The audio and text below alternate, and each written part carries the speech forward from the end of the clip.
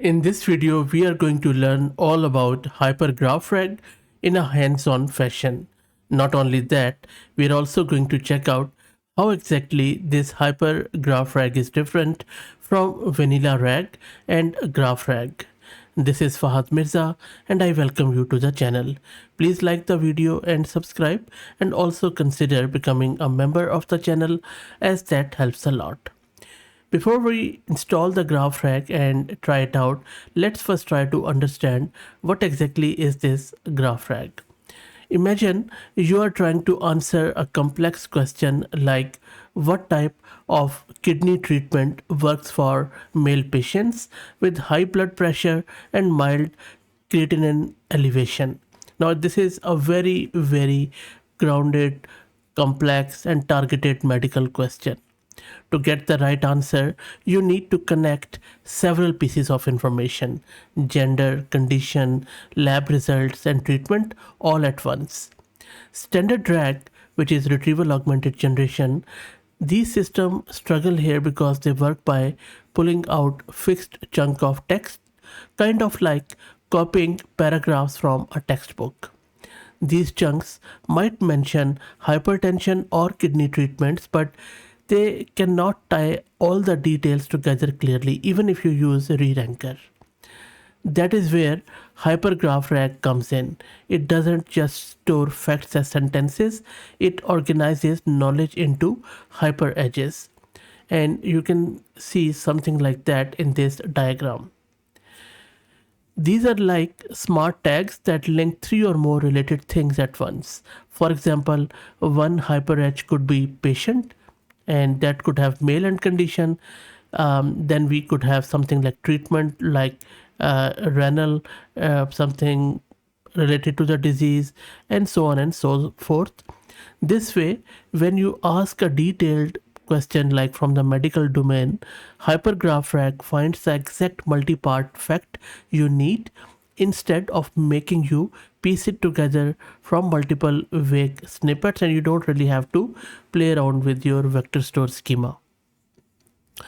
Now, how exactly is this different from GraphRAG? And we have seen GraphRAG a lot on the channel from various companies, especially when Microsoft released their GraphRAG. Think of GraphRAG like a network of pairs, kind of like, I would say, a web where each string connects only two dots. It might have links like hypertension increases risk, kidney disease, or male more likely. But real world medical or legal or scientific or any other complex real world knowledge often involves more than two factors at play. GraphRAG has to break down complex facts into many small binary links, which can lose meaning or create gaps. HyperGraphRAG skips that step by allowing one connection, which is a hyperedge, to include all relevant parts of a fact, as you can see here in this screen. It's like going from a to-do list with only two item tasks to being able to write full sentences. For example, two item tasks could be buy milk and egg, whereas HyperGraphRAG would be buy milk, egg, bread, and bananas if it is raining and you are near the downtown store. More context, better precision. So while standard RAG is like a searching, whereas this GraphRAG is like using a mind map. Now let's get it installed and check it out with an example. I'm going to use this Ubuntu system. If you're looking to rent a VM or GPU or CPU on very good prices, you can find the link to Mass Compute in video's description with a discount coupon code of 50%. Let's create a virtual environment with Conda. While it installs that, let me also introduce you to the sponsors of the video, who are iGent, that is world's first multi-agent workforce desktop application, empowering you to build, manage, and deploy a custom AI workforce that can turn your most complex workflows into automated tasks.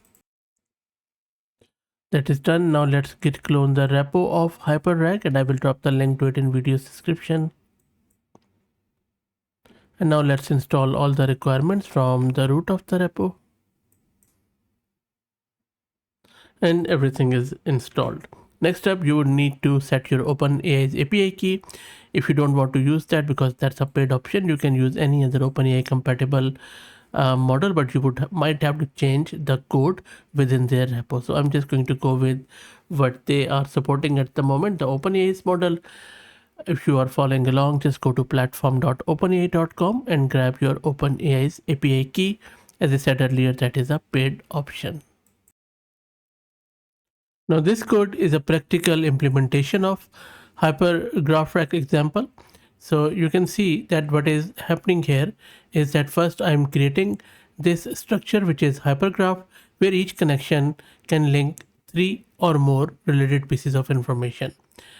For this, I am getting my OpenAI's API key, and then I'm creating that hypergraph with the help of this context.json file, which is also available in their repo. So if I go to their repo, open this example context file, you will see that it contains a lot of complex data from medical domain, and there is a lot of medical lingo there. I'm not going to even try to read it. So all we need to know is that we are just creating that hypergraph with this create script here. And you can also import your OpenAI's API key from your environment, which we have just set. So let me quickly run this.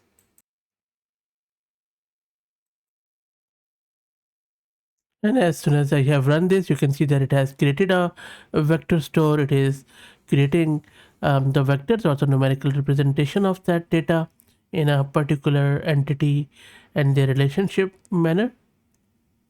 And then it is just going through the whole data set, and then it is also making calls to OpenAI's model. So let's wait to finish.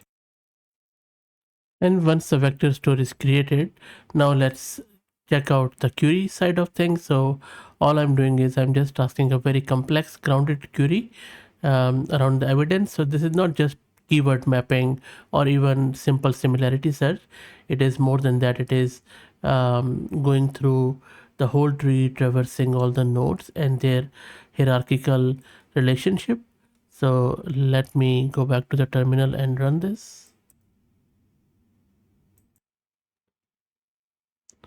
And you can see that it is now doing that query from that vector store which we already created. It has initialized it, and then it is just getting the data out of it. There you go. It has come back with a very detailed and context aware answer from that difficult domain. So pretty impressive project. I think this should evolve more because this is very valuable for complex domains in legal, financial, and scientific areas, especially in medical. I would say I think this could be a real big thing. That's it. Let me know what do you think about it. I will drop the link to it in video's description, so check it out. Again, please like the video and subscribe, and also consider becoming a member, as that helps a lot. Thank you for all the support.